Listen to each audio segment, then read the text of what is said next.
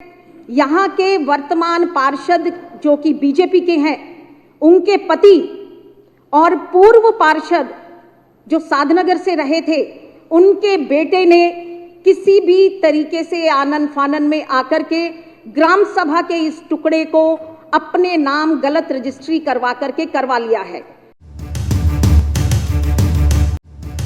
लेकिन अभी इस फिलहाल 840 गज के टुकड़े को डीडीए को हस्तांतरित नहीं किया गया है। रेवेन्यू विभाग के अनुसार यह भूमि ग्राम सभा की है और क्योंकि यह एरिया क्षेत्रफल में कम से कम अधिक जनसंख्या के लोग यहाँ पर रहते हैं, यहाँ रहने वाले लोगों के लिए कोई पार्क की व्यवस्था नहीं है। अध्यक्ष महोदय, साधनगर के कुछ गणमान्य लोग आज से कुछ वर्ष पूर्व डीएम साहब और हमारे एसडीएम साहब से जाकर के मिले और उन्होंने कहा क्योंकि साधनगर जो बहुत ज़्यादा जनसंख्या वाला एरिया है और क्योंकि वहाँ पर कोई भी पार्क नहीं है, तो यहाँ पर इस पार्क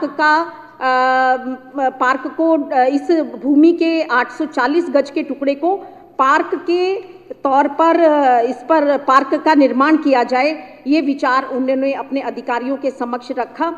ऐसा सुनने में आया है कि अधिकारियों ने इस क्षेत्र के लोगों की इस मांग को मान लिया और इस भूमि पर पार्क बनाया जाए, यह तय हुआ। किंतु अध्यक्ष महोदय, आज की स्थिति इसके कुछ विपरीत है। यहाँ के वर्तमान पार्षद जो कि बीजेपी के हैं, उनके पति और पूर्व पार्षद जो साधनगर से रहे थे, उनके बेटे ने किसी भी तरीके से आनन फानन में आकर के ग्राम सभा के इस टुकड़े को अपने नाम गलत रजिस्ट्री करवा करके करवा लिया है और आज उस पर लगभग 3 लेंटर डाले जा चुके हैं।